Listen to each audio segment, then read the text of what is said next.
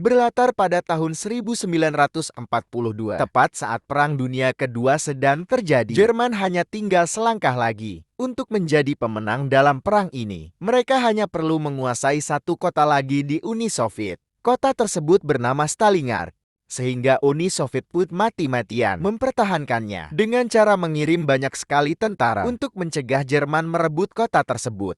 Dan kisah akar berfokus pada satu di antara ribuan tentara yang dikirim ke Stalingrad. Tentara tersebut bernama Vasily, seorang tentara muda biasa yang saat ini sedang menyeberang menuju kota Stalin dan sudah mulai merasakan adrenalin saat Jerman menjatuhkan banyak sekali bom untuk mencegah mereka semua. Ya Allah, tapi tiba di kota Stalin atau Stalingrad, Vasily yang tidak kebagian senjata pun hanya bisa menjadi pendamping untuk rekannya yang mendapat senjata. Yang pada akhirnya pasukan ini pun habis dalam waktu singkat. Tak lama muncullah seorang tentara divisi bidang politik bernama Danilov yang kebetulan terjebak di lokasi ini. Yang ketika dia akan menembak beberapa tentara Jerman di kejauhan, bangkitlah Vasily yang ternyata belum mati dan hanya pingsan di tengah tumpukan mayat teman-temannya. Disinilah kita akan diperlihatkan dengan tekad dibarengi bakat yang mumpuni ketika Vasily yang sejak kecil sudah belajar menembak dari sang kakek pun berhasil menjatuhkan 5 tentara Jerman secara akurat. Satu tembakan pun tanpa ada yang meleset, tidak gunting, atau memang memiliki bakat sebagai seorang sniper. Danilov yang menjadi satu-satunya saksi hidup momen itu pun langsung menuangkan kekagumannya pada tulisan. Entah hanya beruntung atau sebuah selebaran berita perang yang ceritanya sendiri agak sedikit dilebih-lebihkan. Akibat banyaknya tentara Uni Soviet yang gugur di Stalin, Jenderal Puth mengirim orang baru untuk mengatasi masalah ini. Dia bernama Khrushchev, orang baru yang akan memimpin tentara Uni Soviet di Stalin. Beliau merasa resah dan gelisah ketika berita kegagalan pasukan mereka sampai ke telinga rakyat Uni Soviet. Dia mengakibatkan rasa pesimis sehingga banyak sukarelawan yang mundur dan tidak ingin ikut perang. Nah, saat itulah Danilov, sang tentara bagian perpolitikan, nyeletuk tentang sebuah ide dengan memanfaatkan media yang ada pada saat itu, yakni media koran dan tulisan. Yang menurutnya, rasa percaya diri pasukan hanya bisa dibangkitkan apabila mereka memiliki sosok inspirasi, semacam influencer yang membangkitkan semangat. Sosok yang bisa dijadikan figur pahlawan, yang orang tersebut tidak lain dan tidak bukan adalah Vasily. Dalam waktu singkat, Vasily yang sekarang berada di divisi sniper pun menjadi buah bibir di antara masyarakat, tidak terkecuali di kalangan para tentara sendiri, yang mungkin pada awalnya cerita kepahlawanan Vasily terlalu dilebih-lebihkan oleh dan ILOV. Tetapi karena pada dasarnya Vasily memang jago menembak dan berbakat menjadi seorang sniper, figur pahlawan tersebut akhirnya benar-benar melekat, yang menjadikan Vasily sebagai sniper terbaik yang pernah dimiliki oleh Uni Soviet.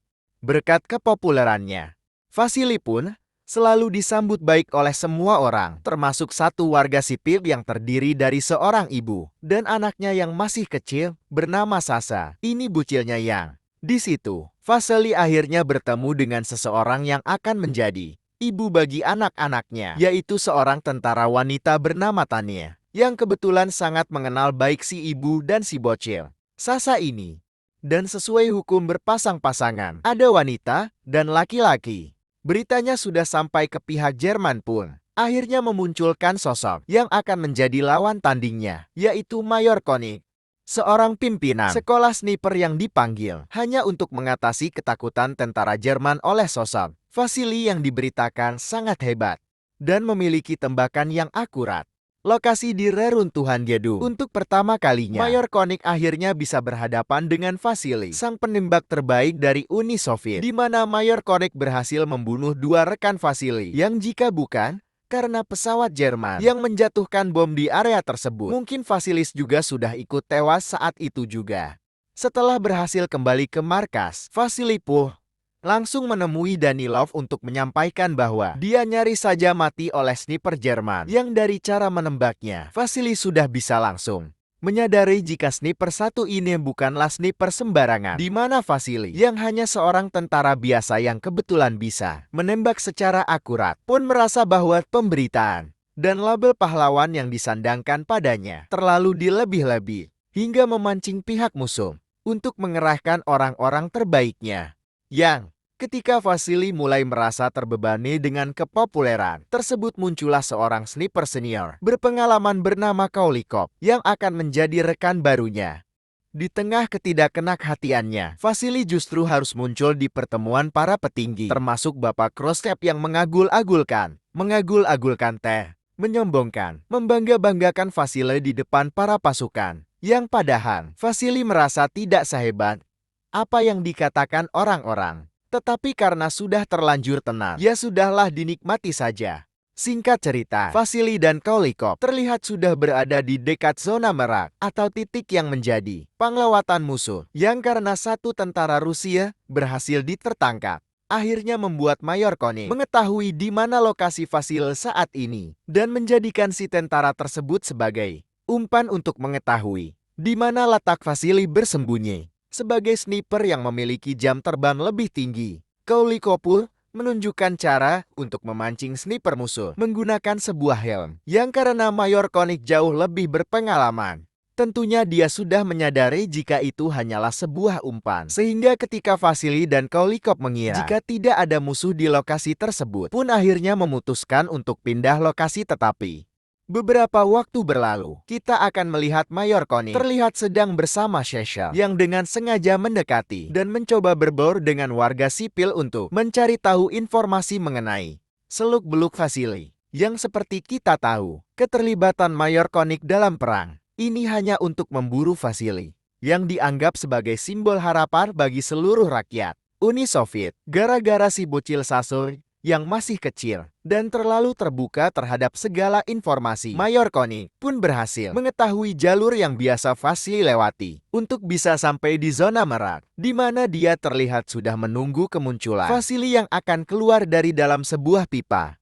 Dan ya, Vasily masih di tang tayunganku. Gusti Allah, ketika dia berhasil menghindari tembakan, di mana Vasily sama sekali tidak bisa bergerak ketika senapannya terlempar dan hanya bisa berlindung di balik tunggul kuras. Saat Vasily sedang terdesak itulah muncul seseorang yang benar-benar tidak juga kedatangannya, yaitu Tania, cewek yang sejak pertama kali bertemu sudah ditaksirnya, di mana kemunculannya sempat dianggap sebagai beban saja. Tetapi Tania berhasil membuktikan bahwa kehadirannya sungguh bermakna dan berhasil mengakoh Mayor Konik. Berkat insiden tadi, Vasily dan Tania pun menjadi semakin dekat hingga mereka berdua yakin untuk melanjutkan hubungan tersebut ke jenjang yang lebih serius. Namun Vasily lupa bahwa saat ini dia harus tetap fokus untuk berperang sampai mereka berhasil mengusir Jerman dari kota Stalin. Singkat cerita, Vasily terlihat sudah berada di zona krusial dengan misi hanya untuk membunuh Mayor Konik. Yang karena terlalu lama menunggu, Vasily pun tak sengaja tertidur dan melewatkan kesempatan untuk menembak Mayor Konik. Sehingga ketika pasukan Jerman muncul, Vasily terpaksa pura-pura mati yang secara kebetulan buku catatan pribadi yang selalu dibawanya berhasil diambil oleh pasukan Jerman. Alhasil Vasily pun dianggap gugur di medan perang, sehingga hal itu dengan cepat menyebar ke seluruh rakyat, termasuk Bapak Khrushchev yang murka kepada Danilo karena terlalu lama bermain-main dengan cerita pahlawan ini. Sehingga dengan matinya Vasily, tentu akan membuat pasukan Uni Soviet kehilangan kepercayaan diri untuk tetap mempertahankan kota Stalin. Berita kematian Vasily sekaligus menjadi akhir dari tugas Mayor Konik yang langsung dikirim pulang oleh sang jenderal.